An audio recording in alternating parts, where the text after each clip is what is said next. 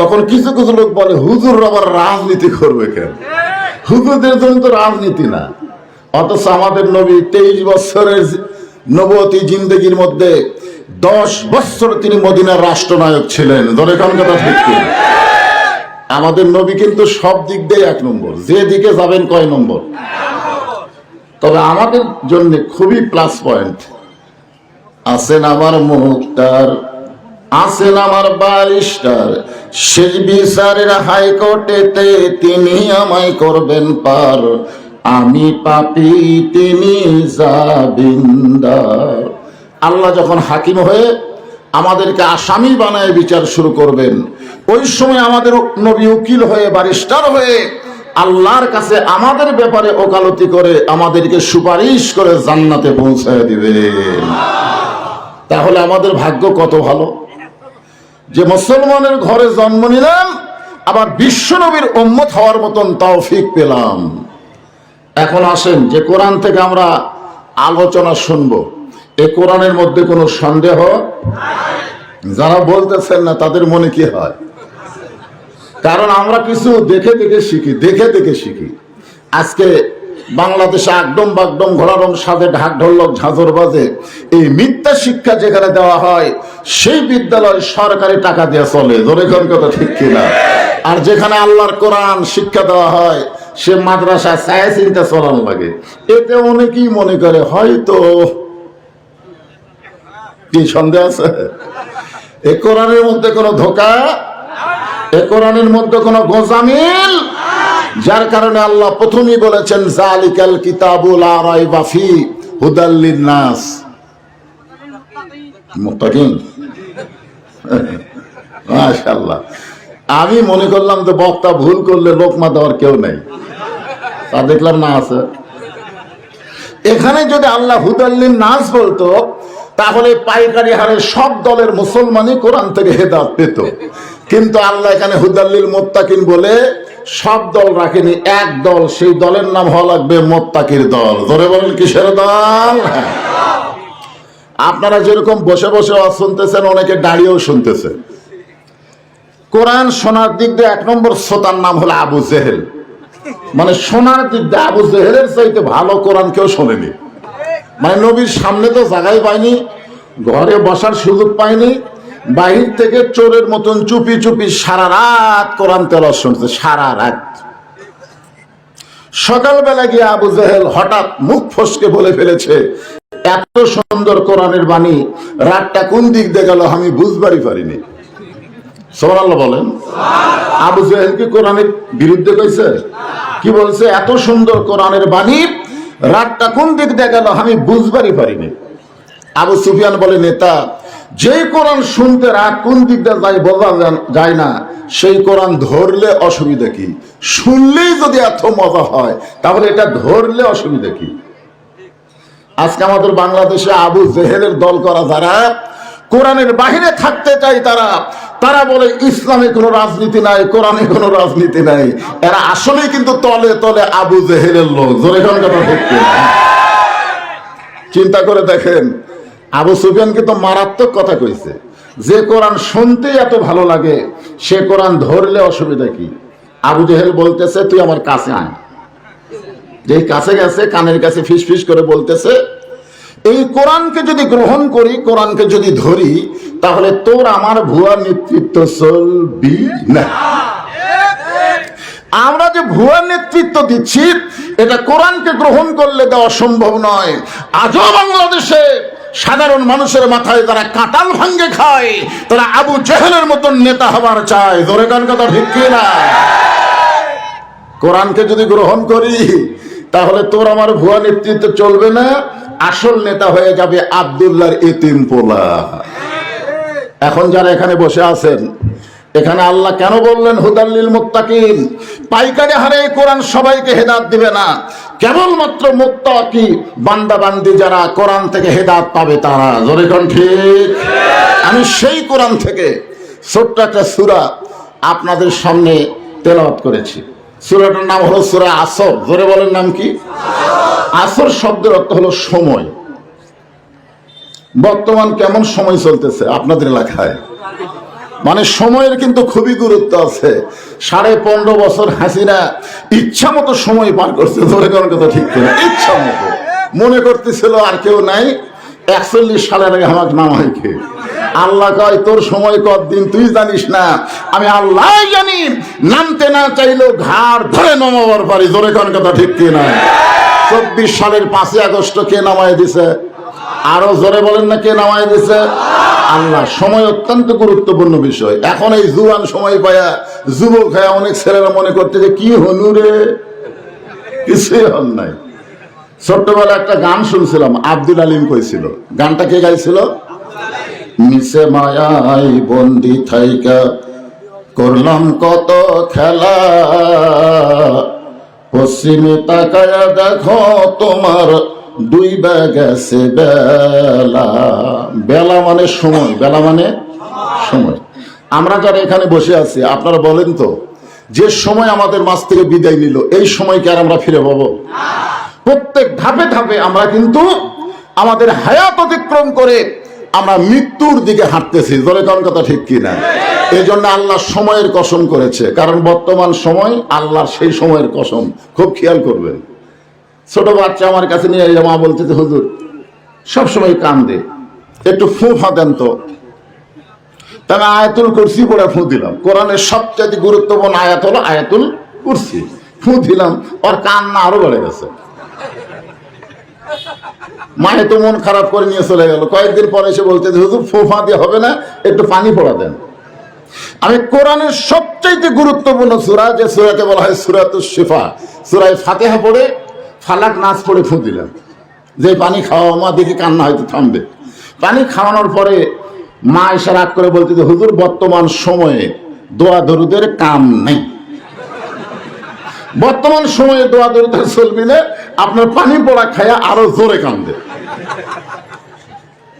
আমি চিন্তা করলাম তাহলে এই সময় কি হবে।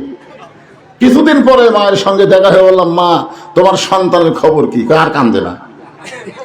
আমি না কোন দোয়া দিয়ে কাম হলো? দোয়া লাগেনি হুজুর, যখনই কান্দে ওর বাপ একটা মোবাইল কিনছে, চালু করে দেয়, ওর কান্না থামে। যে সময় মোবাইল চালু করে বাচ্চার কান্না থামানো লাগে, যে সময় ছোট বাচ্চা মোবাইল ছাড়া ভাত খায় না, এই সময় অত্যন্ত গুরুত্বপূর্ণ সময়। ধরে কারণ কথা ঠিক না? প্রত্যেকটা ইয়ং জেনারেশন যুবক ছেলেদের হাতে একটা করে মোবাইল আছে না নাই? ফিটিস করে আমার সেলফি তুলবার থাকে, হুজুর একটা ক্লান্ত। আমি ক্লান্ত হয়ে আওয়াজ করে নামছি গতকাল রাজশাহীতে, 3-4 জন দৌড়ে এসে আমার হাত ধরে আটকাইছে। কি হয়েছিল বাবা? একটু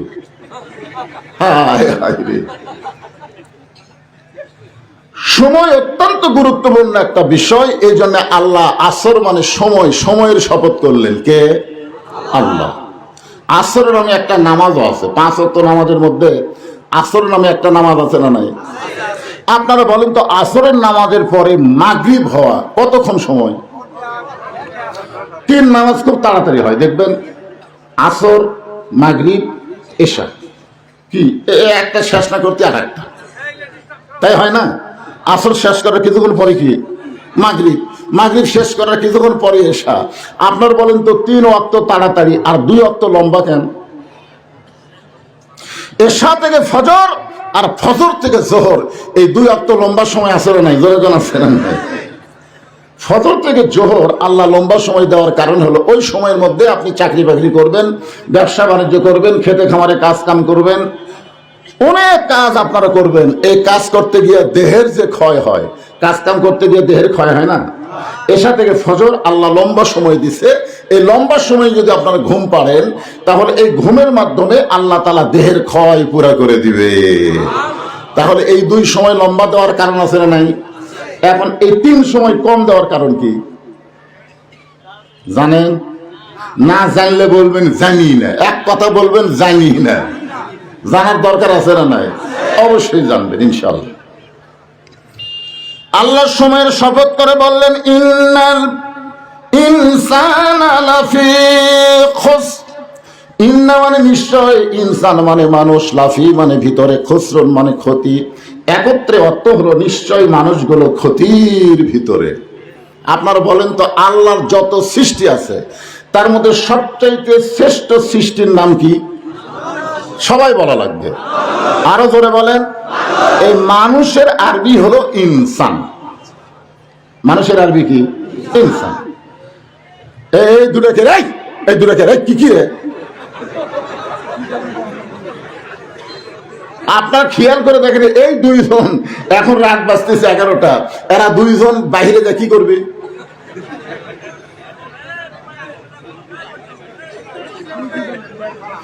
এমনি বলা হয় নাই 7 বছর থেকে নামাজের তালিম দাও, 10 বছর থেকে জোর করে নামাজ ধরাও। কারণ নামাজ যখন বাচ্চারা বলবে, ওই বাচ্চারা অবশ্যই ধৈর্যশীল হবে। জোরে কোন কথা ঠিক কিনা? আল্লাহ কোরআনে বলেছেন, ইয়া আইয়ুহাল্লাযীনা আমানুস্তাঈনু বিস-সাবরি ওয়াস-সালাহ ইন্নাল্লাহা মা'আস-সাবিরিন। কি ধৈর্য আর নামাজ কেন এক জায়গাত করলেন? এরা যদি নামাজি হতো লাভ দেখতো না। কিরে বারাদা কি করবি? কারণ আমাদের মতন যারা বুড়া হয়ে গেছি তারকে সময় শেষ। জোরে কোন কথা ঠিক কিনা? আমার এলাকার এক বুড়া মানুষ সারা জীবন ঘুষের চাকরি করছে, এখন চাকরি রিটায়ার হয়ে গেছে, চাকরি আর নাই। ওই আল্লাহর কাছে কাঁদতেছে আর বলতেছে, আল্লাহ আমি আর জীবনে ঘুষ খাবো না, আল্লাহ আমি। দুই কান্দের ফেরেশতাকে আল্লাহ কি করব? যতদিন আর চাকরি আসছিল ঘুষের, ততদিনই কান্দেনি যে চাকরি গাছের কান দিচ্ছে, এখন তো ঘুষ খাওয়ার সময় নাই। যখন হাতে চামড়া ঢিল, আল্লাহর সঙ্গে দিছে মিল, সারা জীবন নামাজ পড়ে, বুড়া বয়সে আমাদের 27 গুণ সওয়াবের নামাজ নষ্ট করতেছে।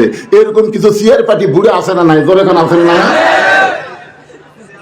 সারা জীবন নামাজ পড়েনি, এখন বুড়া বয়সে আল্লাহর সাথে মিল দিবার গেছে, কিন্তু রুকু সেজদা ঠিক মতো করবার পারে না, সিয়ার লেগেছে।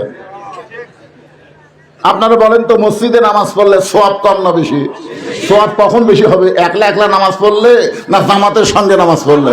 আর জামাতের সঙ্গে নামাজ পড়লে ইচ্ছা মতো দাঁড়ালে হবে না, পায়ের গোড়ালির সঙ্গে গোড়ালি মিল করে দাঁড়ান লাগবে। দরেকার কথা ঠিক করে। যেই বেটা সিয়ারে বসে তার গোড়ালি কুটি,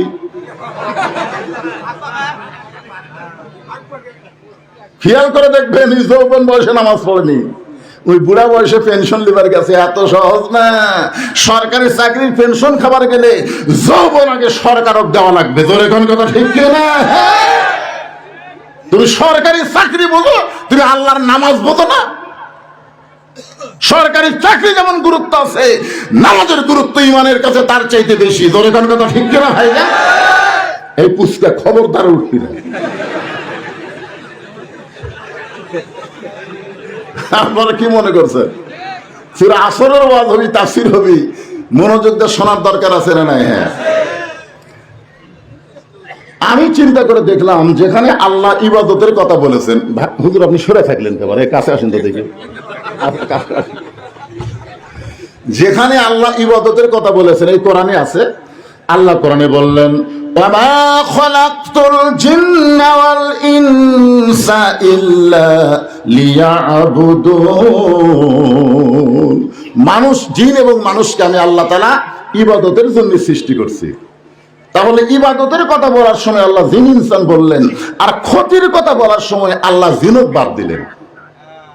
এখানে আল্লাহর বলা দরকার ছিল ওই আয়াত অনুযায়ী, ইন্নাল জিন্না অল ইনসানা লাফি খুসর, নিশ্চয় জিন এবং ইনসান ক্ষতির ভিতরে।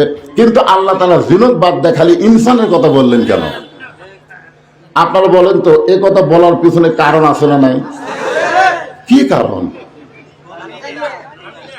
আদর করে, সবাই বলেন, আদর করে মানুষ আল্লাহ বানায়া কেমনে দিবেন ক্ষতির মধ্যে ফেলিয়া।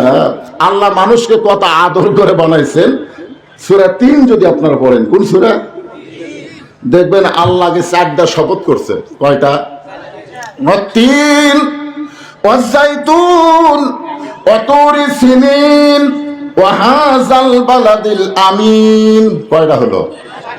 এরপর আল্লাহ বলতেছেন, লাকাদ খালাকনাল ইনসানা ফি আহসানি তাকবীর। 4টা শপথ করার পর আল্লাহ বললেন, অবশ্যই মানুষকে আমি সর্বোত্তম আকৃতি দিয়ে সৃষ্টি করেছি। বলেন সুবহানাল্লাহ। সেই মানুষ ক্ষতির মধ্যে পড়ুক, এটা আল্লাহ চায়। কিন্তু আল্লাহ ক্ষতির কথা বলার কারণ হলো আল্লাহ আমাদেরকে অত্যন্ত ভালোবাসে। যে সন্তানকে বাবা ভালোবাসে সেই সন্তান ক্ষতির মধ্যে পড়ুক, এটা বাবা কখনো চায় না। দেখবেন বাবা সন্তানকে খালি ক্ষতির কথাই বলে, ক্ষতির কথাই বলে। সন্তান বলে বাবা আমার জীবনে কি লাভ নাই? লাভ আছে, আগে ক্ষতি সম্পর্কে সতর্ক হও। মানুষকে আল্লাহ এত ভালোবাসে যার কারণে ক্ষতির কথা বলে বললেন আল্লাহ ইল্লাল্লাযীনা আমানু ওয়া আমিলুস সালিহাতি ওয়া তাওয়াসাউ বিল হক ওয়া তাওয়াসাউ বিস সবর। এখানে কয়টা বিষয় আছে? আমার আঙ্গুলের দিকে তাকান, কয়টা? আরো জোরে। এক নম্বর কি না? এক নম্বর ক্ষতি না।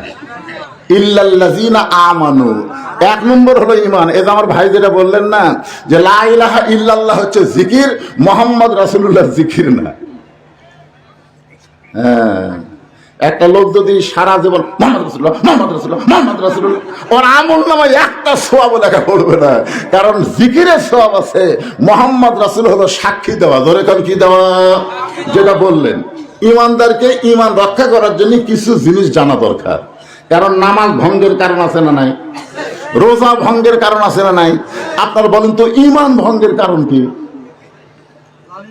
একটা লোক 5 ওয়াক্ত নামাজ পড়ে, কিন্তু এক সময় সে বিশ্বাস করে আমার দয়াল বাবার দরবারেতে কেউ ফিরে না খালি হাতে।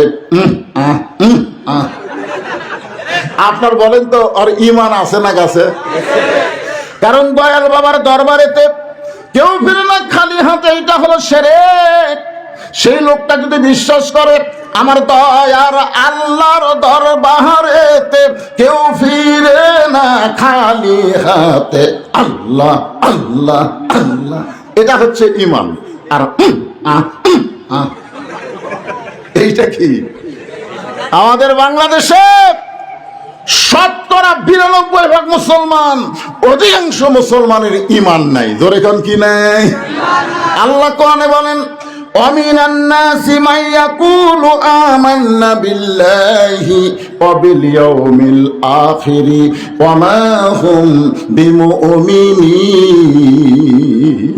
মানুষের মধ্যে এমন কতগুলো মানুষ আছে যারা বলে আমাদের ঈমান আছে, আমরা আল্লাহ পরকালকে বিশ্বাস করি। আল্লাহ বলেছেন তারা মুমিন নয়। আল্লাহ মুমিন নয় বলার পিছনে কারণ কি? খুব গুরুত্ব দিয়ে শুনবেন।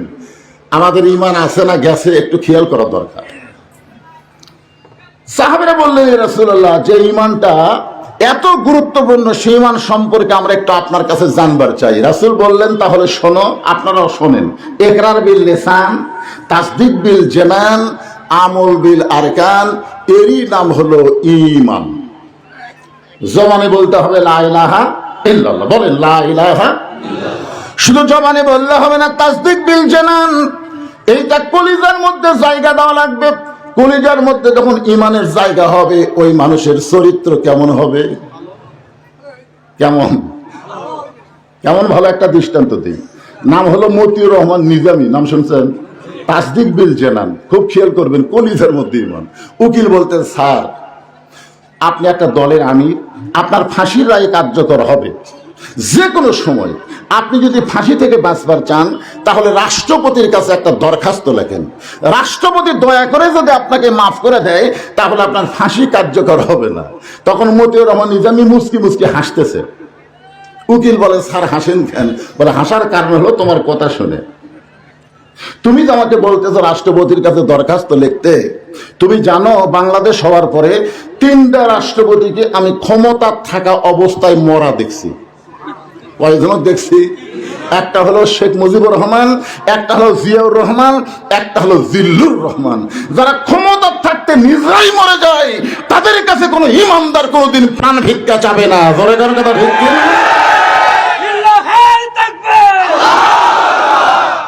এর নাম হলো তাসদীক বিল জানান। উকিল বলতে স্যার এই গোয়ারকি করার কারণে আপনার ফাঁসি হবে। সঙ্গে সঙ্গে মতিউর রহমান নিজামী মুস্কি মুস্কি হেসে বললেন আমার ফাঁসি হবে কিন্তু আমার মৃত্যু হবে না। তাসদিক বিল জানান কারে কয়? বলে আমার ফাঁসি হবে কিন্তু মৃত্যু হবে না। উকিল বলে স্যার আপনার ফাঁসি হবে মৃত্যু হবে না, এইটা কেমন কথা? সঙ্গে সঙ্গে ইমানের বলে বলিয়ান হয়ে কোরআন থেকে তেলাওয়াত করলেন, ওয়ালা তাকুলু লিমান ইউকতালু ফি সাবিলিল্লাহি আমওয়াতুন বাল আহইয়াউ ওয়ালাকিন লা তাশউরুন। আল্লাহ রাস্তায় যাদেরকে অন্যায়ভাবে হত্যা করা হয় তাদেরকে তোমরা মৃত্যু বলো না, আমি আল্লাহ বলতেছি তারা জীবিত। ধরে কারণ সুবহানাল্লাহ। আপনারা বলেন তো আবু সাইদ কি রংপুরে আবু সাইদ কি মরে গেছে নাকি? আমার এলাকার গ্রাম সম্পর্কে এক ভাই আমারে বলতেছে, হুজুর অনেক বছর পরে আল্লাহ আমার একটা বেটা দিছে, আপনি আলেম মানুষ একটা ভালো নাম রাখেন তো। তখন আমি বললাম ঠিক আছে তোমার ছেলের নাম রাখো আবু সাইদ। যেই বলছি পকেট থেকে 500 টাকা বের করে আমার দিয়ে কয়, হুজুর আমার খেয়ালই নাই, আমার গ্রামে আবু সাইদের জন্ম হচ্ছে, এখন সবাই বলতেছে এটা আবু সাইদের বাপের বাড়ি, এটা আবু সাইদের মা। আমার সম্পর্কে গ্রাম সম্পর্কে খালা হয়, আমি থাকি বগুড়া শহরে। একদিন মোবাইল করে বললো, বাজান তোমার খালাতো বোনের বহু তদবিরের পরে একটা মেয়ে হয়েছে, তুমি আলেম মানুষ একটা ভালো নাম রাখো তো। আমি তখন বললাম খালা নাম রাখেন হাসিনা। যেই কষি হাসিনা খালা সেই গরম। মোবাইল করে আমার বলে তুই আলেম না আলেম রে, আমি একটা ভালো নাম শুনবার চাইলাম, আপনি খুনি হাসিনার নাম বলিস। আমি তখন বুঝলাম আবু সাইদ মরে নাই, হাসিনা বেঁচে থাকতে পৌঁছে গেছে। ধরে করে কথা ভেবে ভাইজান খুব খেয়াল করা লাগবে। তাসদিক বিল জানান, কলিজার মধ্যে যখন ঈমান থাকবে ওই মানুষটার কাছে জীবনের চাইতে ঈমানের দাম বেশি হবে। ধরে করে কথা ঠিক না? আপনারা বলেন তো জীবন বাঁচান ফরজ না ঈমান বাঁচান ফরজ? বর্তমানে বাংলাদেশের খবর কি? এক দল তো 15.5 বছর হামাগুড় সাইজ করে গেছে, আর এক দল ক্ষমতা আসার আগেই বলতে হুজুর সাইজ হয়ে যান।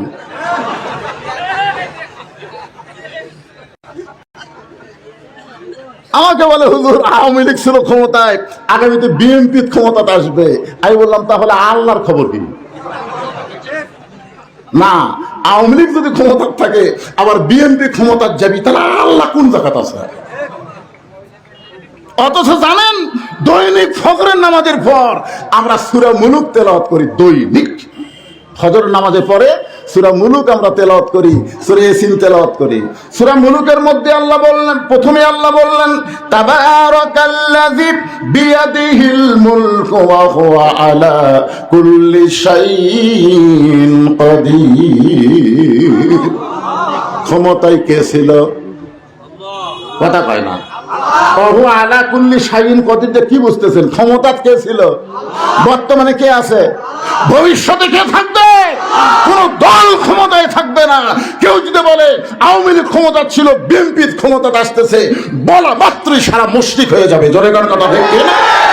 ক্ষমতা কাউরে ভাগ দেওয়া যাবে না, ক্ষমতার একমাত্র মালিককে। ঈমান এত সোজা না। শাসনালে বসে তো গল্প ঠিকই মারতেছে। আগামীতে যা দেখতেছি ভাই বিএনপি ক্ষমতার যাবি, তো বিএনপি যদি ক্ষমতার যাবি তুই মুশরিক হয়ে গেলি। গোটা পৃথিবীর রাজত্ব কর্তৃত্ব মালিকানা কার হাতে? সমস্ত ক্ষমতার মালিককে। তাসদিক বিল জানান, কলিজার মধ্যে যখন ঈমান থাকবে তখন এই জিনিসগুলো মানুষ বুঝতে পারবে। এরপরে রাসূল বললেন আমল বিল আরকান, ঈমান অনুযায়ী আমল করা লাগবে। আপনাদের কাছে আমার প্রশ্ন হলো, ঈমানকে রক্ষা করতে গেলে যে আমলটা করাই লাগবে, যে আমল না করলে ঈমান থাকবে না, সে আমলের নাম কি? দুই একজন বললেন কেন? আপনাদের মধ্যে অনেকেই এখানে বসে আছেন, দাঁড়িয়ে আছেন, যারা এখনো পর্যন্ত মাগরিব এশার নামাজ পড়েনি। এখন কারা কারা মাগরিব এশা পড়েননি হাত তোলেন। এ কথা আমি বলবো না, আমি বলবো না। কিন্তু যারা যারা মাগরিব এশার নামাজ পড়েন নাই, আপনারা ফজর পর্যন্ত বাঁচবেন এর গ্যারান্টি আছে? জোরে কান গ্যারান্টি আছে? এখান থেকে বাড়ি কে যাবেন হাত তুলে বলেন তো, হুজুর আমার বাড়ি যাওয়ার গ্যারান্টি আছে বলেন। তাহলে বাড়ি যাওয়ার গ্যারান্টি যদি না থাকে, ফজর পর্যন্ত বাঁচার তো গ্যারান্টি নাই, আপনি কোন সাহসে মাগরিব এশার নামাজ বাদ দিলেন? আপনি জানেন লা সালাতা লা ঈমানা, যার নামাজ নাই তার ঈমান নাই। লা সালাতা লা দীনা, যার নামাজ নাই তার কোনো ধর্ম নাই। বাইনাল আবদি ওয়াল কুফরি তারকুস সালাত, বান্দা কাফিরের মধ্যে পৃথক করার জিনিসটার নামই হলো নামাজ। মান তারাকাস সালাতু মুতাম্মিদান ফাকাত কাফারা, ইচ্ছা করে শুধু মাগরিবে সানা এক ওয়াক্ত নামাজ বাদ দিলে আল্লাহর সঙ্গে সে কুফরি করলো। জোরে কোন কথা ঠিক কি না? এখন বলেন, ঈমানকে রক্ষা করবার গেলে এক নম্বর আমলের নাম কি? আরো জোরে জোরসে বলুন। এখন আপনাদের কাছে আমার প্রশ্ন হলো, এই নামাজ কি বক্তার ওয়াজ দিয়ে হবে? আপনারা কি মনে করতেছেন আমার ওয়াজের বয়স হলো 42 বছর, খালি ওয়াজের বয়সই 42? আমার ওয়াজের রেজাল্ট হলো যে এলাকায় যেই রাত্রে আমি ওয়াজ করি ওই এলাকায় ফজরের নামাজের মুসল্লি কমে যায়। এটা আমার ওয়াজের রেজাল্ট। এক মুয়াজ্জিন আমার ওয়াজ শুনবার গেছিল, ফজরের সময় চেতন পায়নি। যারা ওয়াজ শুনবার যায়নি তারা চেতন পাচ্ছে। চেতন পায় আজান কি আমাকে গ্রামে হচ্ছে? না রে ভাই, শুনবার তো পাইনি, মানে চেতন পায় ভাই উপাস হয়ে গেছে, বুঝলেন? ওরা আস্তে আস্তে মসজিদের কাছে সেটাকে তালা দেওয়া, দরজার তালা। তার মানে মুয়াজ্জিন আসেনি। চলো তালা না খুললে তো মসজিদে ঢোকা যাবে না, চলো মুয়াজ্জিনের কাছে যাই। ওরা 5-7 জন মুয়াজ্জিনের বাইরে ডাকতে, মুয়াজ্জিন সাহেব, মুয়াজ্জিন লাফ দিয়ে উঠছে, আজান ওয়াজ শুনবার গেছ না? ওয়াজ শুনবার যা মুয়াজ্জিনই চেতন পাইনি। এই তো হলো আমাদের ওয়াজের ফজিলত। ওয়াজ দিয়ে কোনোদিন নামাজ হবে না। নামাজ কায়েম করতে গেলে আল্লাহর কোরআনের আইন লাগবে। ধরে কোন কথা? ওয়াজ দিয়ে কাম হবে? এই জন্য আল্লাহ কোরআনে বলেছেন, আল্লাযীনা ইম্মাক্কান্নাহুম ফিল আরদ, মুসলমানের মধ্যে কাউকে যখন ক্ষমতার চেয়ারে বসানো হবে তার 1 নম্বর দায়িত্ব হলো আকামুস সালাত, নামাজ কায়েম করা। এখন অনেক বেনামাজি মনে করতেছে, হুজুর কি ওয়াজ করলো রে এটা রে। যে লোকটা নামাজ পড়ে না ওর কাছে সব কাম সহজ হলেও নামাজ হয় কঠিন। ধরে কোন ঠিক কিনা? আমার মসজিদে এক মুসল্লি ঢুকে দেখি বারবার খালি ঘড়ি দেখতেছে, বারবার। আমি বললাম, ভাই কি দেখেন? হুজুর এই 5টা মিনিট সময় যাচ্ছে না হুজুর। আমি কমপক্ষে 10 বার ঘড়ি দেখলো, ঘড়ি লুটতেছে না হুজুর। নামাজ শেষ করে চা স্টলে যায়, 1-8 ঘন্টা বসে চা খাচ্ছে আর বর্তমান রাজনীতি নিয়ে গল্প করতেছে, একবার ঘড়ি দেখে না। এরকম মুসল্লি আছে না? নাই জোরে খানা আছে না? 1 নম্বর হলো নামাজ। অনেকেই মনে করতেছে, হুজুর আমি না হয় 5 ওয়াক্ত নামাজ পড়ি না, আমি কি জুমার নামাজ পড়ি না? জুমার নামাজিদের কি বলা যায়? এরা কি আসলে নামাজি? আমাদের এলাকায় জুমার নামাজ যারা পড়ে এদের চরিত্র হলো সবার শেষে আসা, আগে যায়। আপনাদের এলাকার খবর কি? আপনারা বলেন তো, জুমার দিনে জুমার নামাজের ফরজ কি? জুমার দিনে জুমার নামাজের ফরজ হলো ইযা নুদিয়া লিস-সালাতি মিন ইয়াউমিল জুমআ ফাসআউ ইলা যিকরিল্লাহ। আপনারা বলুন তো, আজান শোনার পরে আস্তে আস্তে না জোরে জোরে? দৌড়ানো না, হাঁটাও না, তার মাঝখানে এভাবে মসজিদে আসতে হবে, কিন্তু সবার শেষে আসে আগে যায়। একজন আমাকে বললো, হুজুর আমরা 5 ওয়াক্ত নাই পড়ার পারি না, জুমার নামাজ পড়ি, তাই বলে কি আল্লাহ আমাকে কিছুই করবি না? আমি কইলাম, ভাই বক্তার কোনো দয়া না থাকলেও আল্লাহর দয়া আছে। লা তাকনাতু মির রাহমাতিল্লাহ ইন্নাল্লাহা ইয়াগফিরুয যুনুবা জামিআ ইন্নাহু হুয়াল গাফুরুর রহিম। একজন আমার বলতেছে, হুজুর আব্দুর রাজ্জাক বিন ইউসুফ যখন ওয়াজ করে একে দয়া মায় নাই হুজুর, খালি কড়া কড়া ওয়াজ করে। তা আল্লাহর কি দয়া নাই? বক্তার দয়া না থাকলো আল্লাহর কি নাই? আছে তো। হাসরের ময়দানে লা তাকনাতু মির রাহমাতিল্লাহ আয়াতের দিকে খেয়াল করে আল্লাহ বলবে, যারা 5 ওয়াক্ত নামাজ পড়োনি, খালি জুমার নামাজ পড়েছো, আমি আল্লাহ তাদেরকে জান্নাত দিয়ে দিলাম, যাও। তোর জুম্মা বাড়ি বলবে, হাই রে 5 ওয়াক্ত না পড়াও যদি জান্নাত হয়, মারবি দৌড়। জান্নাতের দরজার যায় থেকে বিশাল একটা তালা। তো বলে, আল্লাহ আপনি আমাদের জান্নাত দিলেন, তালা কেন? আল্লাহকে খুঁজে দেখ, চাবি তোর কাছে আছে, চাবি খুঁজে পাবি। তালার মধ্যে ঢুকবি ঠিকই, ঘুরবি না। আল্লাহ চাবি তো তালার মধ্যে ঢুকলো কিন্তু ঘোরে না। আল্লাহ বলে, তালার মধ্যে 5টা দাগ আছে, তোর চাবির মধ্যে 5টা দাগ থাকা লাগবে। তখন আল্লাহ আমাদের চাবির মধ্যে তো 5টা দাগ নেই, কিসের দাগ? বলে 5 ওয়াক্ত নামাজের দাগ। 5 ওয়াক্ত নামাজের দাগ যদি না থাকে তাহলে জান্নাত দেখে ফেরত আয়। যারা শুধু জুম্মা পড়তেছে তাদের জন্য আল্লাহর দয়া হলো জান্নাত দেখতে দিবি, কিন্তু ঢুকতে দিবি না। আপনারা কি জান্নাত দেখে ফেরত আসবেন না ভিতরে ঢুকতে পারছেন? ভিতরে যদি ঢুকতে চান তাহলে নামাজ। ইমানকে রক্ষা করার জন্য 1 নম্বর গোলামীর নাম হলো নামাজ। নামাজ যদি আপনারা আদায় করেন আল্লাহ দুনিয়াতেই আপনাদের 3টা পুরস্কার দিবে। ধরে বলেন কয়টা? 1 নম্বর পুরস্কার হলো ইন্নাস সালাতা তানহা আনিল ফাহশাই ওয়াল মুনকার। একমাত্র নামাজই পারে মানুষকে যাবতীয় বেহুদা এবং খারাপি কাজ থেকে বাঁচায় দিতে। আমাদের যুবকের হাতে যে মোবাইল আছে না নাই, দেখতেছে যে মোবাইল আছে না নাই, বাপ মা ঘুমিয়ে গেছে, রাত 11টা বাজে গেছে, ওর মন তখন বলবে সবাই তখন ঘুমিয়ে গেছে, এই শুধু জানলা দরজা মনে করে বন্ধ করে দেখি।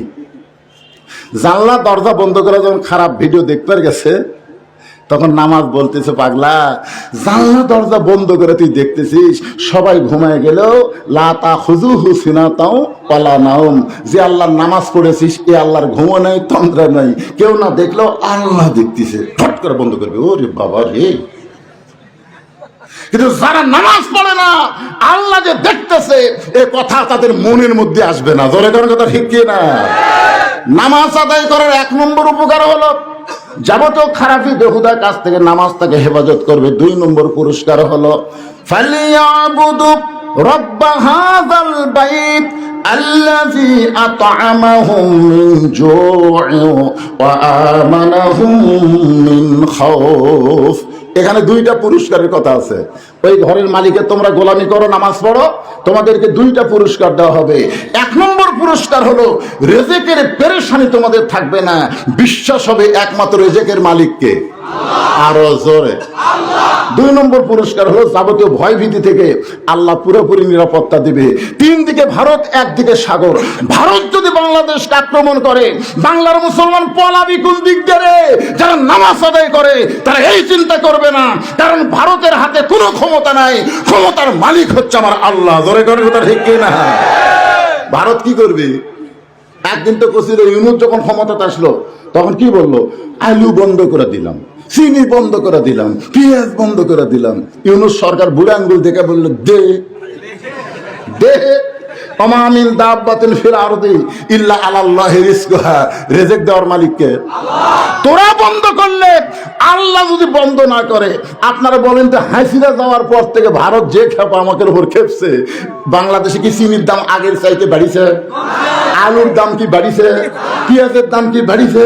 তার মানে ওরা বন্ধ করলেও আল্লাহ বন্ধ করবে না, কারণ রিজিক দেওয়ার মালিককে আল্লাহ। ওরা হয়তো বলতেছে ভারতের মাঝে মধ্যে 2-1টা উগ্রপন্থী আছে, বাংলাদেশ যদি মৌলবাদী হয়, বাংলাদেশ যদি কোরআন দিয়ে চলে, তাহলে আমরা ভারত তাদের আক্রমণ করবো। আরো পাগলা, তোদের গ্রুপ নমরুদ আমাদের জাতির পিতাকে আগুনের চুলার মধ্যে পুড়াবার চাইছিল, কিন্তু আল্লাহ তার আগুনকে শান্তির বাগান বানায় দিয়েছে।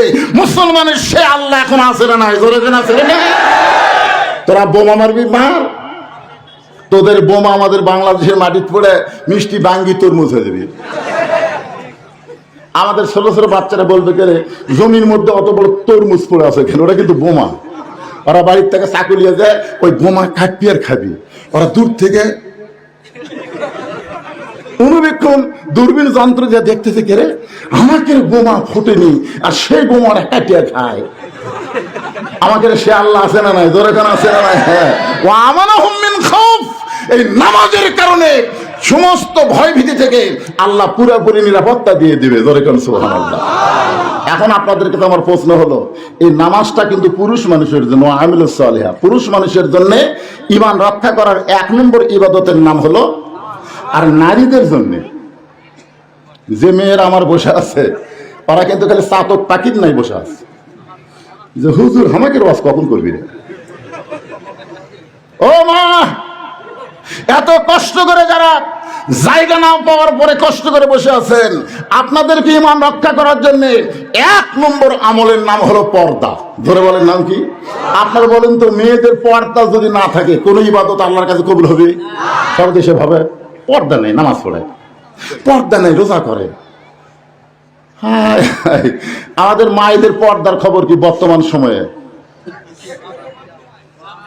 বোরকা আছে কিন্তু পর্দা নাই। আমার এলাকার এক ছেলে বুঝছেন স্কিন প্যান্ট পরেছে। স্কিন প্যান্ট পর্যন্ত পুরুষ মানুষের কি সতর ঢাকা কি নাবির উপর থেকে পায়ের টাকনো পর্যন্ত, টাকনোর উপর পর্যন্ত, এ পর্যন্ত 70 টাকা ফরজ না, কিন্তু এমন একটা ফুল প্যান্ট পরছে ভাই, নাবির উপর থেকেই পড়ছে টাকনোর উপর পর্যন্ত, কিন্তু বাইরে থেকে সব মাপ বোঝা যায়, মানে ভিতরে কি আছে সব বাইরে থেকেই বোঝা যায়। সামনে এরকম টোপলা লাগাল দেখা যায়, পিছনে কামরাঙ্গার দাগ। এখন আপনি বলেন তো এই পোশাক পরে কি পোশাক পরিছে না ন্যাংটা হয়ে আছে?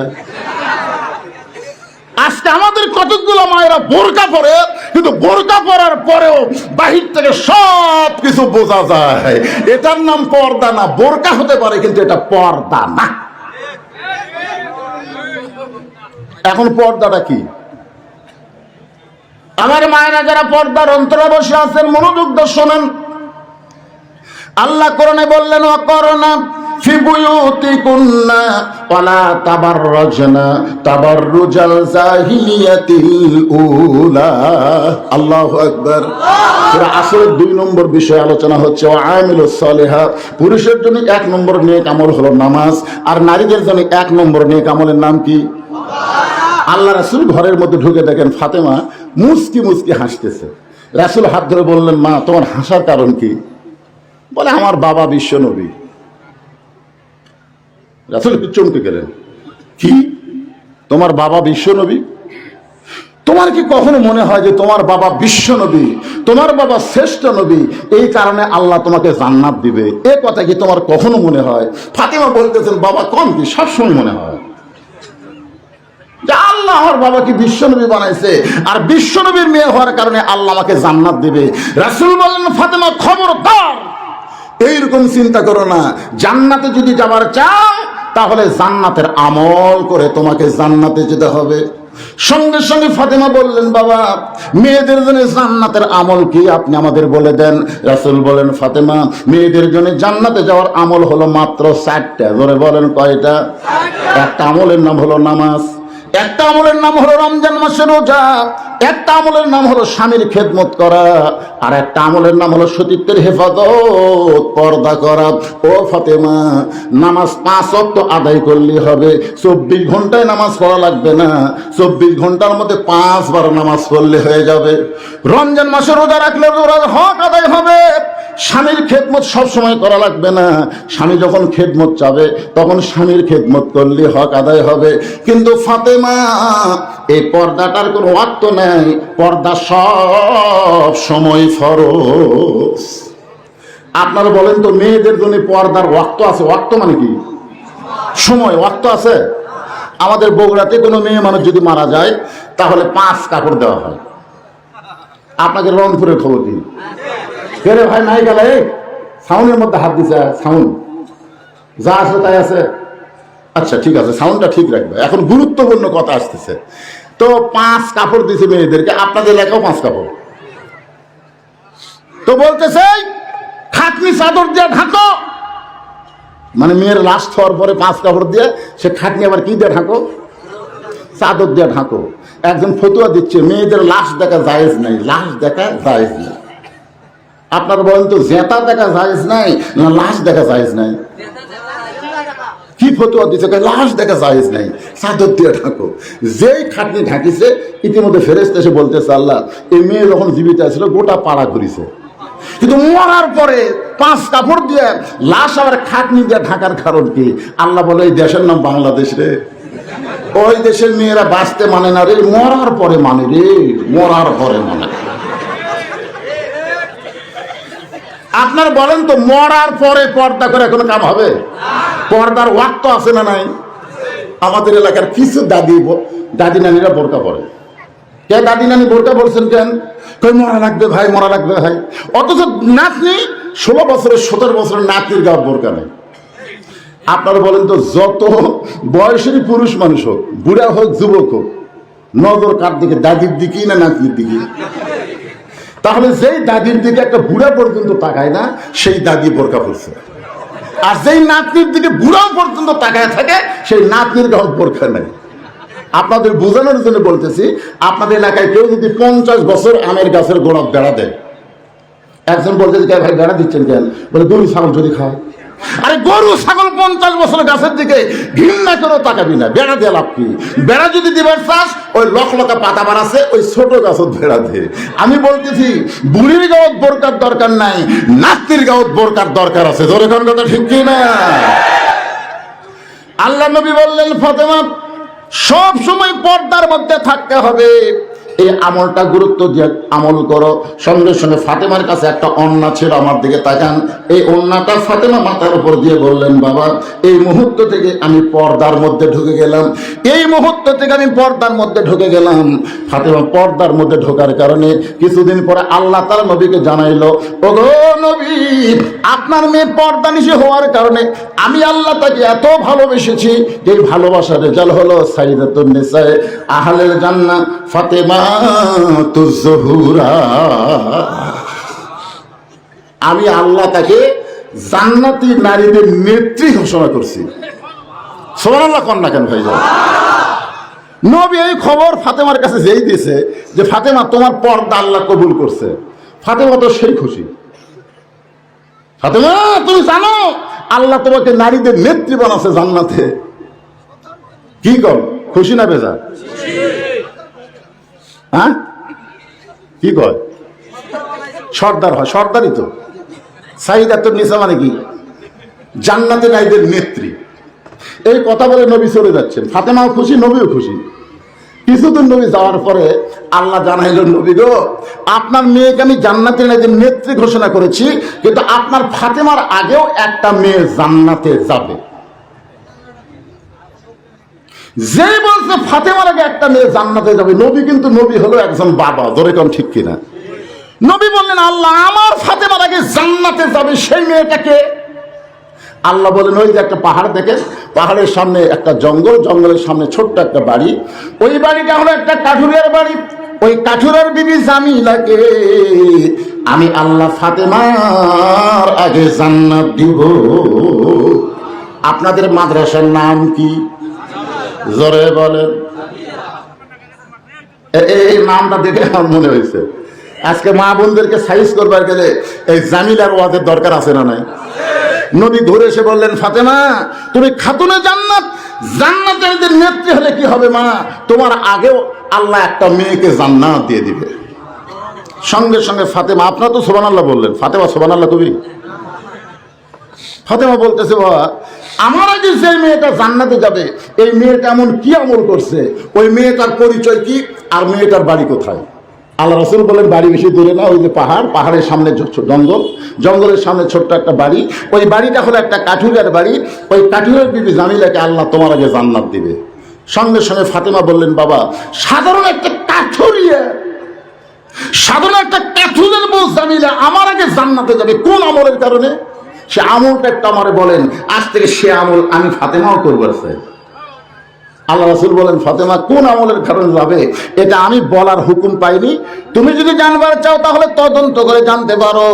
পরদিন ফাতেমা আসরের নামাজের পরে চুপি চুপি জামিলার বাড়ির দরজায়, জামিলা আমি নবীর মেয়ে ফাতেমা তোমার ঘরের দরজায়, মেহেরবানি করে একটু দরজা খুলে যাও।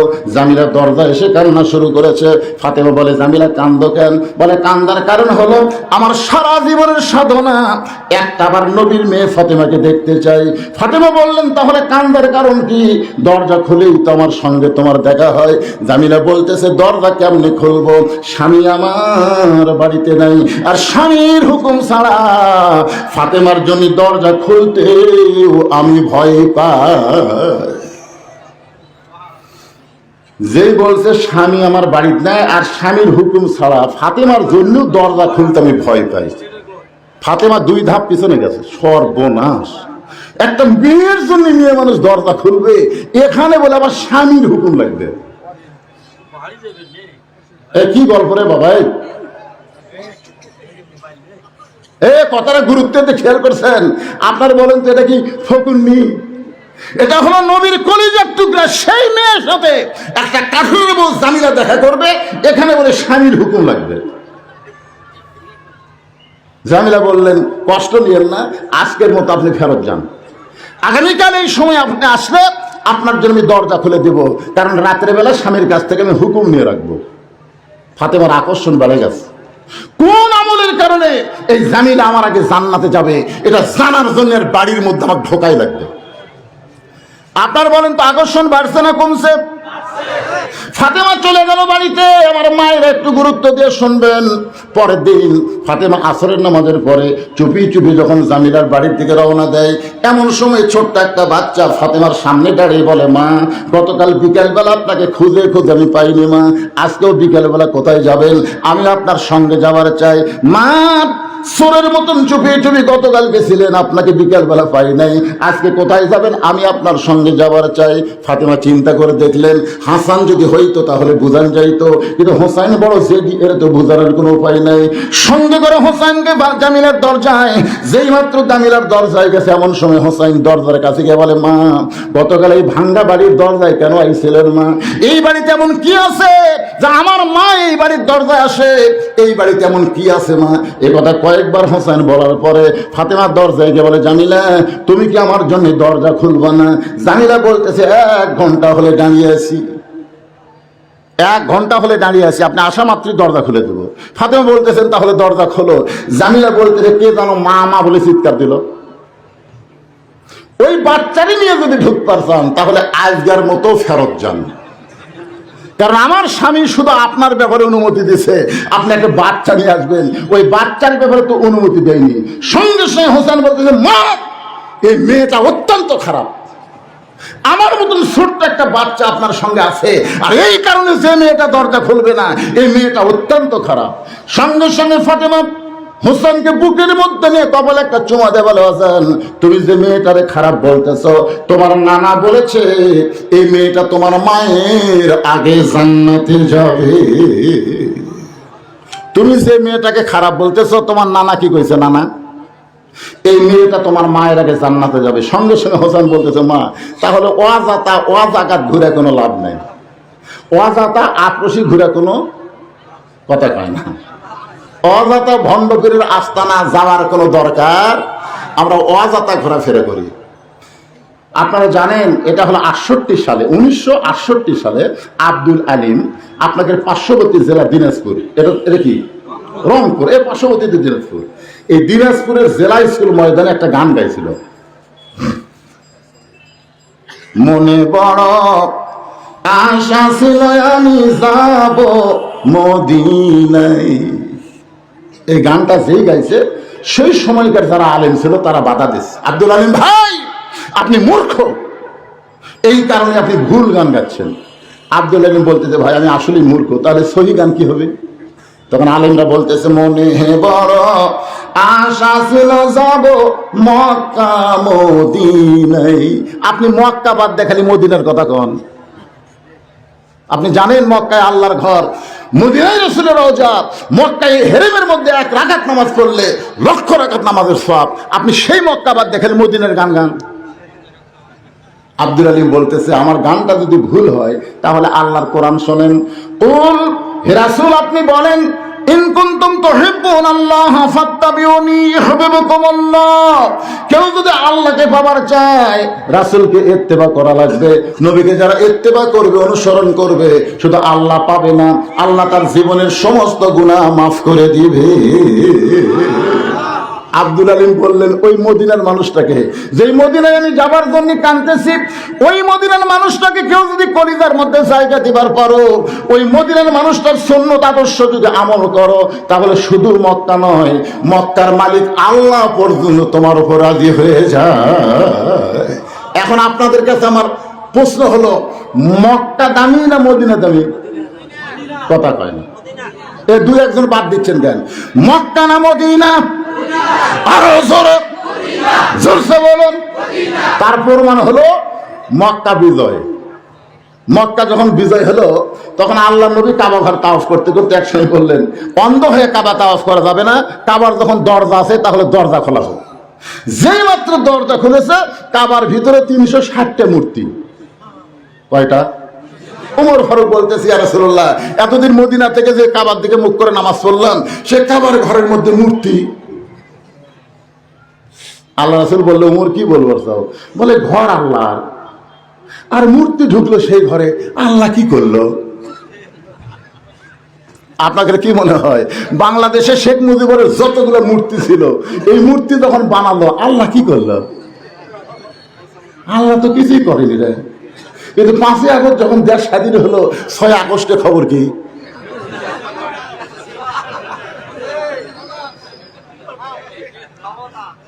মুয়াজ্জিন এশার নামাজ পড়ে তালা না দিয়ে বাড়িতে গেছে, ফজরে আজান দিবার এসে দেখে মাইক নাই।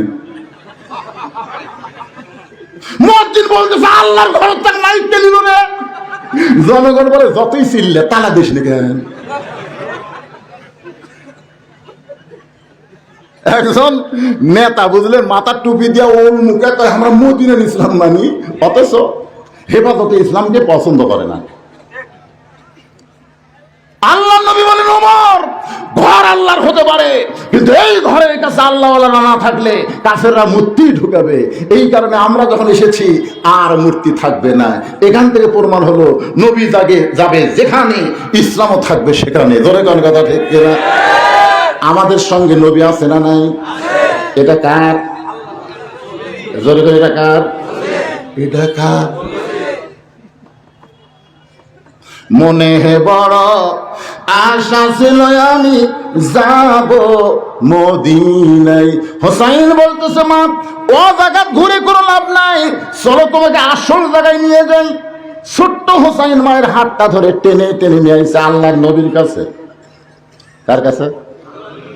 ফাতেমা বলতেছেন বাবা আমার কোনো দোষ নাই, আমার কোনো দোষ নাই। না একদিন গেছি, স্বামীর হুকুম পাইনি বলে জামিলা দরজা খোলেনি। আমি দ্বিতীয় দিন গেছি, এই হোসাইন সাথে থাকার কারণে দরজা খোলেনি। আমি দরকার হলে আরো 10 দিন যাব। কোন আমল করার কারণে জামিলা আমার আগে জান্নাতে যাবে আমি ফাতেমা জানবই, কিন্তু এই হোসাইন আমার সর্বনাশ করছে। এই হোসাইন হাত ধরে আপনার কাছে নিয়ে আসছে, এখানে আমার কোনো দোষ নাই। হোসাইন মায়ের হাত ছাড়া দিয়ে আল্লাহ নবীর হাত ধরে বলতেছে নানা, ও নানা, আমার মাকে তুমি একটা কাঠুরের বইয়ের কাছে পাঠাও। তুমি আমার মাকে চিনো? যেই বলছে তুমি আমার মাকে চিনো, সঙ্গে সঙ্গে নবীর চোখটা দর দর করে পানি পড়তেছে। হোসেন বলে না না, আপনার মা আমিনা জান্নাত পাবে কি পাবে না সেই গ্যারান্টি আপনি নবী দিবার পারবেন না। আর আমার মা ফাতেমা শুধু জান্নাত পাবে না, জান্নাতি নারীদের নেত্রী হয়ে যাবে। আর আপনি সেই মাকে পাঠাচ্ছেন একটা কাঠুরের বইয়ের কাছে। কোন আমলের কারণে জানিলে আমার মায়ের আগে জান্নাতে যাবে এটা আপনি জানেন না? দুনিয়ার যত কিছু আগে, এই যে তাহেরি একটা গান গাছে, তাহেরি আল্লাহর ধন নবীরে দিয়ে আল্লাহ আছে গায়েব হইয়া, কথাটা কিন্তু সত্য। এটা কার ধন? কথা বল না, কার ধন? আল্লাহর ধন নবীরে দিয়ে আল্লাহ আছে গায়েব হইয়া। আপনারা বলেন তো আল্লাহ কি গায়েব না হাজার? গায়েব। আল্লাহ গায়েব হয়ে আছে।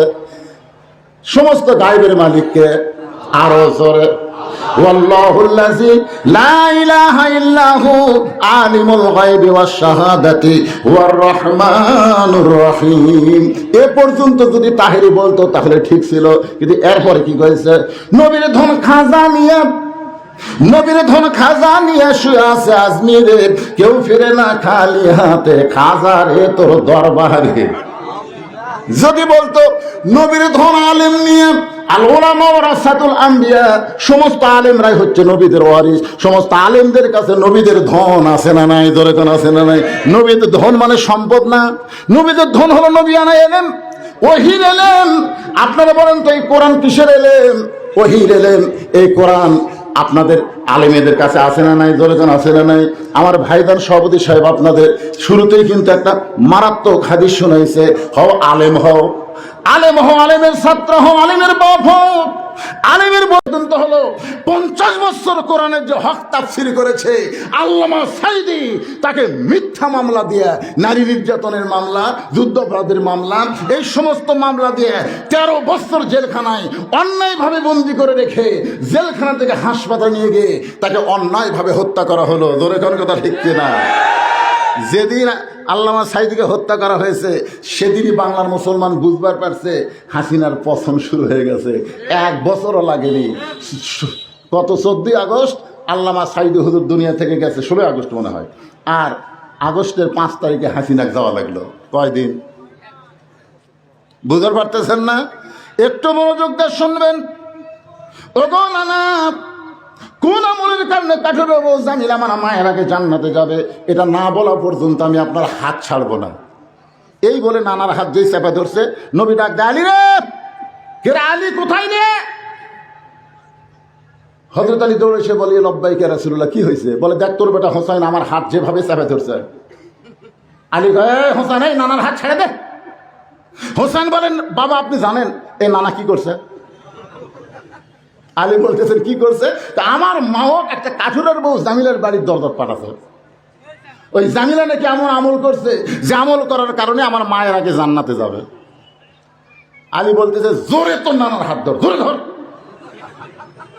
আল্লাহ নবী কয়, কে রে, আমি তোরে ডাকলাম হাত খোলার জন্য, তুই আবার জোরে ধরবার বলিস কেন?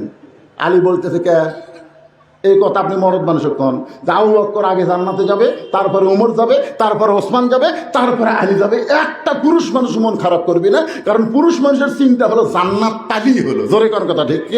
কে আগে যাবে কে পরে যাবে এইটা মরদ মানুষ চিন্তা করে না। মরদ মানুষের চিন্তা হলো জান্নাত তালি হলো। কিন্তু মেয়ে মানুষের কিছু খবর গেছে, এরকে এত হিংসা, একজন ক্ষমতা থাকবে আর একজনকে জেলের মধ্যে ঢুকাবে। ধরে কর কথা ঠিক না? মেয়ে মানুষের হিংসা কম না বেশি? আর বইয়ের কাছে খালি গল্প করতেছে, আল্লাহ যদি আমাকে জান্নাত দেয়, জান্নাত আমি হুর পাবো। হুরের কথা বলতি, বউ বলতেছে, হুর কি গো? হুর হলো সুন্দরী, চোখ এরকম হবে, নাকের সাইজ এরকম হবে, আর নিচে আমি নামবারই পারিনি। চোখ আর নাকের কথা বলতি, বউ বগলের মধ্যে বালুসলে বের হয়ে যাচ্ছে। আমি বললাম, কোথায় যাও? বলে, হুর নিয়ে থাকেন, আমার কি দরকার? আমি সেই দিন কান ধরে তওবা করছি, মেয়ে মানুষ এত হিংসুক যে এদের কাছে হুরের গল্প করার সুযোগ নাই। ধরে কোন কথা ঠিক না? নবী বলেন, আলী আজকে তোকে বলার হুকুম দিলাম, কোন আমলের কারণে কাঠের বউ জামিলা ফাতেমার আগে জান্নাতে যাবে, আমি তোকে বলার হুকুম দিয়ে দিলাম। আলী বলতেছে, রাসূলুল্লাহ আপনি কিন্তু একদিন নিষেধ করেছিলেন। রাসূল বললেন, আজকে বলার হুকুম দিয়ে দিলাম। আলী বলতেছেন, ফাতেমা তাহলে শোনো, কোন আমলের কারণে কাঠের বউ জামিলা তোমার আগে জান্নাতে যাবে জানতে যদি চাও, তাহলে ধৈর্য নিয়ে তোমাকে বসতে হবে, কারণ এক মেয়ের কাছে আর এক মেয়ের প্রশংসা বড় কঠিন। ধরে কোন ঠিক কিনা? ফাতেমা বললেন, অবশ্যই আমার জানার জন্য ধৈর্য ধরবো, কিন্তু আপনি আমাকে কেন বলেন নাই? আলী বলতেছে, তোমার বাবা আমাকে নিষেধ করার কারণে আমি বলতে পারি নাই, আজকে যখন হুকুম দিল তাহলে শোনো। তোমার কি মনে আছে ফাতেমা, একদিন দুপুর বেলায় তুমি আমার সামনে কাঁদতেছিলে। আমি বললাম, ফাতেমা কি জন্য কান্দ? তুমি তখন বললে, হাসান হোসেন না খাইয়া ঘুমায় গেছে, ঘুম থেকে চেতন পাইনি, আমার দুইটা সন্তান ক্ষুধার জ্বালায় কানবে। ওগো স্বামী, গোটা ঘর তন্ন তন্ন করে দেখলাম, টাকা পয়সা কিছুই নাই, খাবারও কিছু নাই, এই জন্য আমার ওড়নাটা এনে আপনাকে দিলাম। এই ওড়না বিক্রি করার যে টাকা হবে, ওই টাকা দিয়ে হাসান হোসেনের জন্য আপনি খাবার কিনে আনেন। আলী বলেন, ফাতেমা তোমার ওড়নাটা আমার পকেটের মধ্যে করে নিয়ে আমি বাজারের দিকে রওনা দিলাম। যেই মাত্র বাজারে গেলাম, আমার মন বলতে চালি রে, ওড়না বিক্রি করার সময় যখন বের করবি, খরিদ্দার যদি তোকে জিজ্ঞাসা করে এই ওড়নাটা কার, আর তুই যদি বলিস আমার বউ ফাতেমার ওড়না, তাহলে খরিদ্দার মনে মনে চিন্তা করবে, যেই স্বামী বইয়ের জিনিস বেচা খায়, এই স্বামী হলো দুর্বল স্বামী। আলী বলে, ফাতেমা তোমার ওড়নাটা বের করে বেচার মতন সাহস আমার হচ্ছিল না। এমন সময় দিকে খরিদ্দার আমার সামনে এসে বলতেছে, আলী ভাই আপনি মনে হয় কিছু বিক্রি করবেন। আমি আলী চমকে গেলাম, আল্লাহ আর আলী ছাড়া দুনিয়ার কেউ জানে না তোমার ওড়না আমার পকেটের মধ্যে। কিন্তু খরিদ্দার যখন বলতেছে আমার মনে হয় আপনি কিছু বিক্রি করবেন, আলী বলে, ফাতেমা আমি লক্ষ্য করে দেখি খরিদ্দার একটা ব্যাগ আমার সামনে ধরলো, আমি পকেট থেকে ওড়নাটা বের করে যে ব্যাগের মধ্যে দিলাম। খরিদ্দার ব্যাগের মাথাটা ধরলো, একটাবারও তোমার ওড়নার দিকে তাকাইলো না। আমার হাতে 6টা দিরহাম দিয়ে ওই খরিদ্দার কোথায় যেন চলে গেল। আমি 6টা দিরহাম নিয়ে দোকানে গেলাম, বললাম, দোকানদার ভাই 6 দিরহামের যে খাবার হবে তাড়াতাড়ি টোপলা করে আমারে দাও। আমার হাসান হোসেন ক্ষুধার জ্বালায় ঘুমিয়ে গেছে, ঘুম থেকে চেতন পাইলে ওরা কান্না করবে, বায়না ধরবে।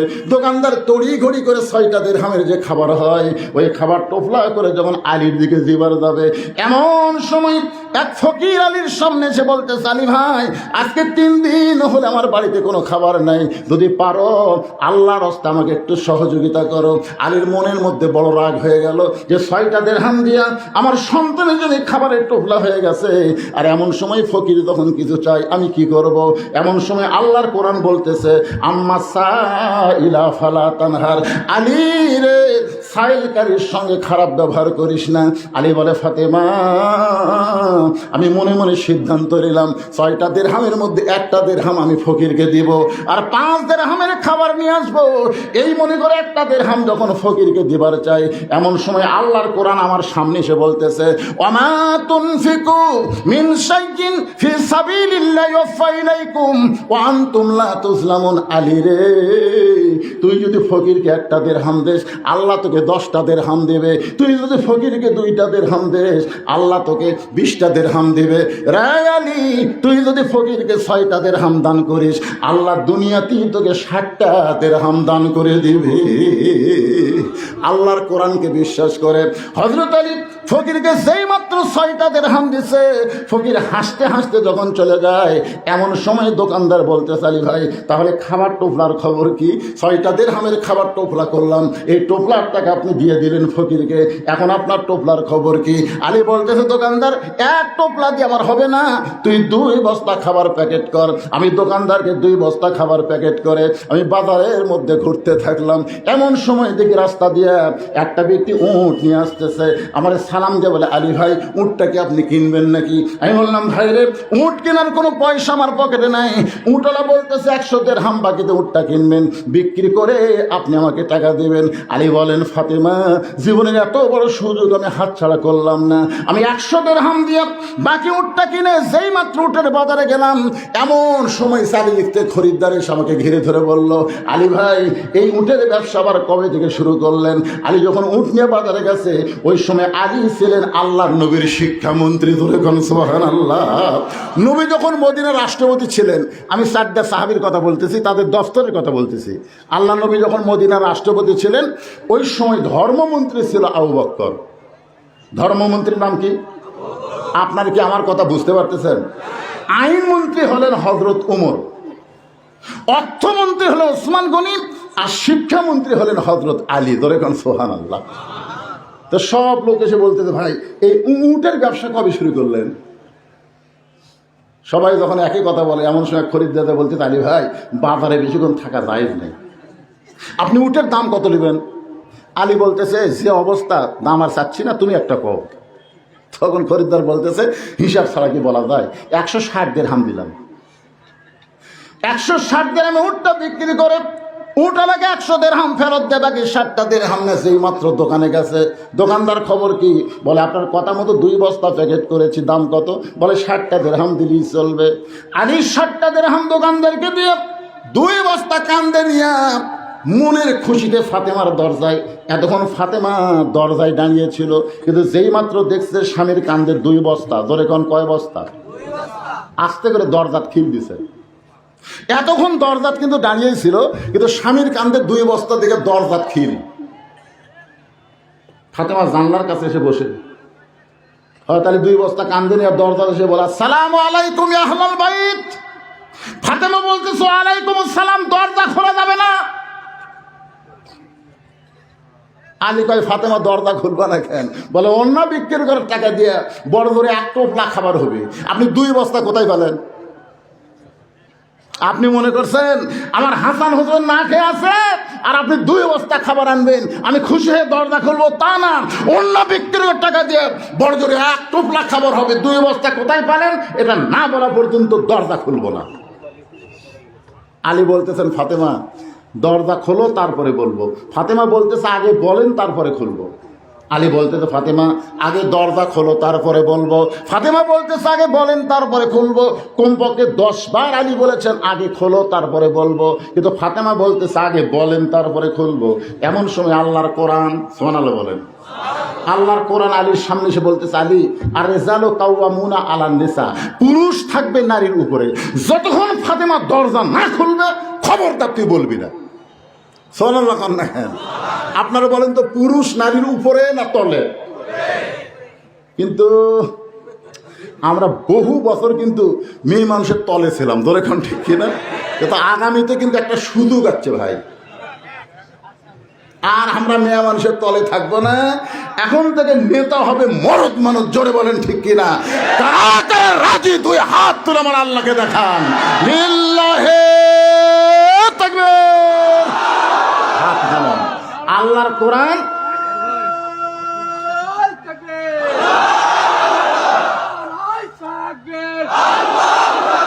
লিল্লাহে তাকবীর।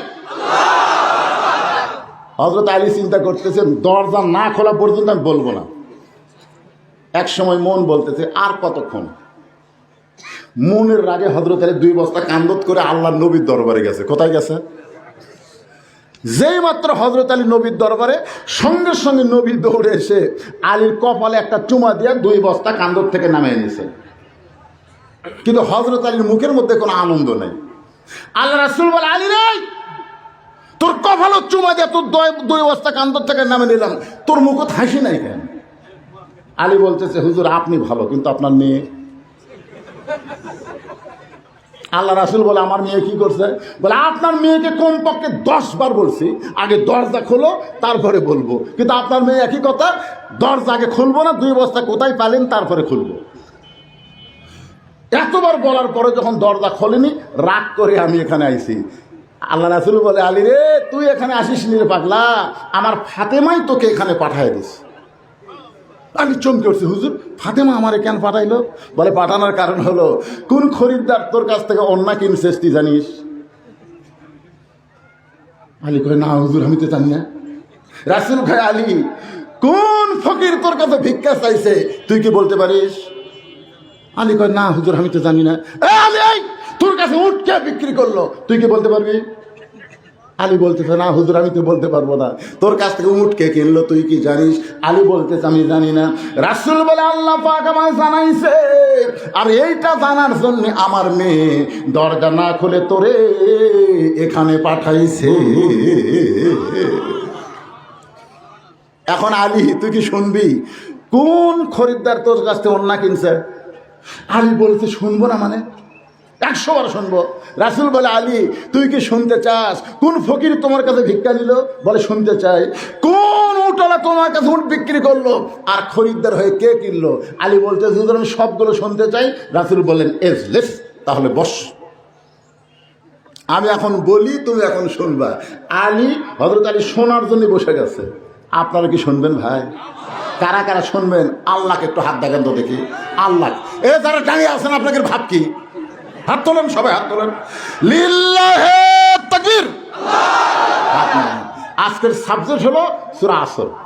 4টা বিষয়ের উপর আমার আলোচনা চলতেছে, তার মধ্যে আমিলুস সালেহের উপর কথা হচ্ছে। এখন 4টা বিষয় হয়তো আলীর কাছে নবী বলবে, আলী শুনবে, আপনারাও শুনবেন। তার আগ দিয়ে আপনাদের কাছে একটু রুমাল যাবে, চাদর যাবে। এই মাদ্রাসার উন্নতি কল্পে আপনাদের সবাইকে 10, 20, 50, 100 টাকা করে দান করা লাগবে। কোন সাইড থেকে ধরছিস? কয়টা? 5 মিনিট টাইম দেওয়া যাবে, 5 মিনিটের উপর দেওয়া যাবে না। এই সময় যারা উঠবে, শোনেন, এই সময় যারা উঠবে আল্লাহ জানে 1 বছরের মধ্যে এদের প্যারালাইসিস দেয়। ধরে তোর কি লাইসিস? আল্লাহ এখন হাত তুলছে, আল্লাহ হয়তো আলী বসে আছে, আর এরা কত বড় মাতব্বর হলো। একজন উঠবেন না, এই সময় ওটা মানেই প্যারালাইসিস হওয়া।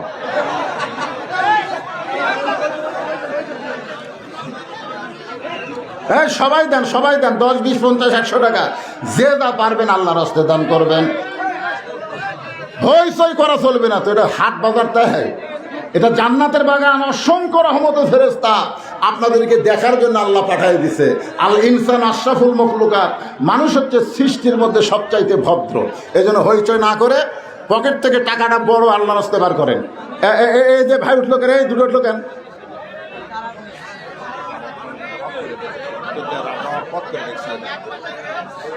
শোনেন, আপনাদেরকে আমি বলি, আপনাদের কাছে সবচাইতে ছোট লোট ওটা দিবেন। লান তানালুল বিররা হাত্তা তুনফিকু মিম্মা তুহিব্বুন। আল্লাহ বলেছেন, যেইটারে তুমি মহব্বত করবা ওইটা আমাকে দিয়ে দিও। 100 টাকার লোট আছে, 20 টাকার লোট আছে, 50 টাকার লোট আছে, কোনটা দিবেন? 20 টাকারটা, যেটা ছেঁড়া ফাটা সেটা দিবেন। শয়তান যেন ওয়াসওয়াসা দিবার না পারে। শোনেন ভাইজান, যাদের বাপ মা কবরে গেছে, আপনাদের অনেকের বাপ মা কবরে যায়নি, কথা বলেন না কেন? যাইতে যায়নি। যাদের বাপ মা কবরে গেছে, এই নবীর মাদ্রাসায় বাপ মার কবরকে জান্নাতের টুকরা বানানোর জন্য একটা কোরআন শরীফ দান করবেন। বাপ মায়ের জন্য একটা কোরআন শরীফ দান করবেন। একটা কোরআন শরীফ মাত্র 200 টাকা দিলেই একটা কোরআন শরীফ দান করার সওয়াব আল্লাহ আপনার বাপ মার কবরে দিয়ে দিবে। কোন আল্লাহর পাগল এখানে আছেন হুজুর আমার বাপ মার জন্যে আমি নবীর মাদ্রাসায় 200 টাকা দিলাম নগদ, কোরআন শরীফ বাকি বিক্রি হবে না নগদ, এই টাকা আদায় যতক্ষণ করবে এরই ফাঁকি আপনারা কোরআন শরীফ কিনবেন। এতগুলো হাজার হাজার মানুষের মধ্যে 100 জন আল্লাহর বান্দা কি নাই যে তাদের বাপ মায়ের জন্য একটা কোরআন শরীফ বাবদ 200 করে টাকা দিবেন? ওটা বসা করবেন না ভাইজান, বিশাল ক্ষতি করবেন মাদ্রাসার। আপনার তো ক্ষতি হবে। আপনার ওঠার কারণে 10টা লোক যদি চলে যায়, ওই লোকগুলো যাওয়ার সমস্ত পাপ আল্লাহ আপনার কান্দর দিয়ে দিবে। তুই উঠলি কেন? হুজুরের কেউ শেষ হতো নাকি? সূরা আসরের 4টা বিষয় আলোচনা করব। এরপরে সাবজেক্ট হলো আতাওয়া সাবিল হক, এরপরে সাবজেক্ট হলো আতাওয়া সাবিস সবর। এই 4টা বিষয় আমরা আলোচনা শুনবো। মাশাআল্লাহ। কেরে টাকা ছিনা দিল কেরে? এই টাকা ছিনা রে, সাইড ছিনা। ভালো টাকা থাকতে ছিনা টাকা দেওয়া যাবে না বাবা। আল্লাহর একজন বান্দা এই মাঝখান থেকে আপনারা উঠতেছেন কেন? কোরআন শরীফ দেওয়ার জন্য জোর ওঠেন, অসুবিধা নাই। 200 টাকা এর দেন,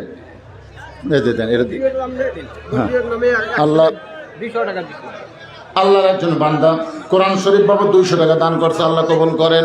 আর একজন আল্লাহর বান্দা কোরআন শরীফ বাবদ আল্লাহ 200 টাকা দান করছে, আল্লাহ কবুল করে। এটা 150 দিছে রে না 200? হ্যাঁ ঠিক আছে, 200 টাকা দান করছে, আল্লাহ কবুল করেন। কবুল। এ ভাই যারা দাঁড়িয়ে আছেন এই সুযোগে আপনারা বসেন। আরে আদায়ের পরে তো মারাত্মক ওয়াজ আছে, আলীর মতন মানুষ বসে আছে আর আপনার লাভ দিয়ে উঠে চলে যাচ্ছেন। কি হয়েছেন? আপনার বাড়ি তাকে যাবেন, আল্লাহ যদি বাড়ির দানে হাসপাতালে নিবার পারে, জোরে করে কথা ঠিক কিনা? হু করে দৌড় মারতেছেন, মোটর সাইকেলে ছাড়বেন, 3 মাথার যে কাঠে পড়বেন আর বাড়ির যাওয়া লাগবে না, হাসপাতাল যাওয়া লাগতে পারে। এই জন্য সিনা টান করে কোরআনের মাহফিল সে উঠে যায় না ভাই। এই দেখেন আল্লাহর বান্দারা দেওয়ার জন্য পাগল। আর একজন কোরআন